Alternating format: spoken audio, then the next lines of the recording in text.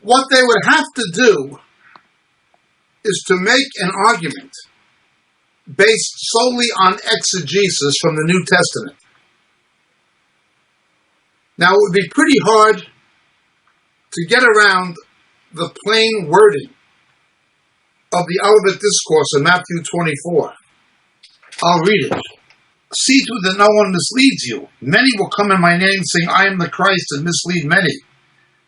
You'll be hearing of wars and rumors of wars. See, you're not frightened. Those things must take place, but the end is not yet. Nation will rise against nation, kingdom against kingdom. Various places there will be famines and earthquakes. But all these things are merely the beginning of birth pangs, okay? First phase of the 7 years is the beginning of birth pangs. Then they will deliver you to tribulation and kill you, and you'll be hated by all nations because of my name. At that time, many will fall away and betray one another and hate one another. Many false prophets will arise and mislead many. Because lawlessness is increased, most people's love will grow cold, but the one who endures to the end shall be saved.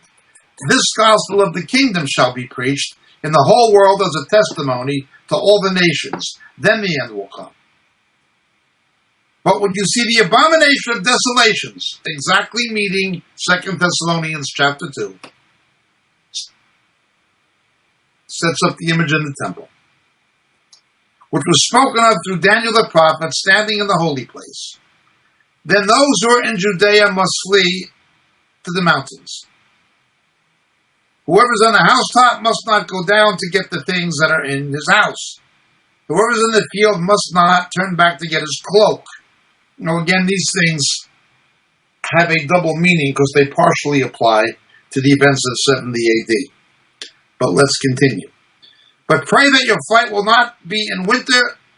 There will be a great tribulation such as not occurred since the beginning of the world until now, nor ever will, unless those days had been cut short. Kolobo, amputated in Greek. No life would be saved, but for the sake of the elect, those days will be cut short. Then if anyone says to you, behold, here is the Messiah, or there he is, don't believe it. False Christs and false prophets will arise and show great signs and wonders, as if possible to mislead even the elect. I told you in advance. So if they say to you, behold, he's in the wilderness, don't go there. Behold, he's in the inner rooms, don't believe them, for as the lightning comes from the east and flashes to the west, so their coming of the Son of Man will be. Wherever the corpse is, there the vultures will gather. But immediately after the tribulation of those days, that does not mean the end of the 7 years. The 7 years is not the entire tribulation is not the 7 years. It's a section. Beginning of birth pangs, the great tribulation, then the day of the Lord, the day of his wrath. The sun will be darkened, the moon not give its light, Joel's prophecies, and the stars will fall from the sky, and the powers of the earth will be shaken. And then the sign of the Son of Man will appear in the sky, and all the tribes of the earth will mourn, and they will see the Son of Man coming on the clouds of the sky with power and great glory. He'll send forth his angels with a great trumpet, and they will gather together his elect from the four winds, from one end to the other. Now Jesus said directly, he's talking to his apostles, what's going to happen to believers? There'll be a tribulation, a great tribulation, and then there'll be a rapture. Darby said, oh, that's talking about unsaved Jews. That's nonsense. What Jesus said is elaborated upon by Paul in 2 Thessalonians.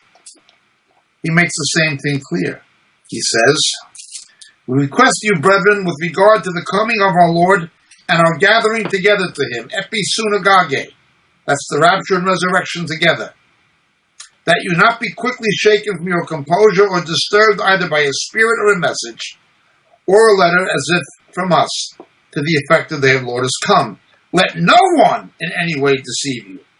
It will not come unless the apostasy comes first and the man of lawlessness is revealed, There'll be a falling away and a revelation of the identity of the Antichrist. The son of destruction, or perdition, or the man of sin, who opposes and exalts himself above every so-called God or object of worship, so he takes his seat in the temple of God, displaying himself to be God. Same as what Jesus said when you see the abomination of desolations. We have to see this happen. Now, to get around this, John Nelson Darby did his hatchet job with his Marcionite hermeneutics. You need to find some way to explain these passages. If somebody says they don't believe in Darby, but they still believe in Pretrib, then how do they explain these literal passages? How do they get around them? Okay, you don't believe in Darby. His explanation was, it's not for the church, it's for Jews. What's your explanation? That is the answer. Thank you so much for your question. My name is Jacob Prasch. God bless.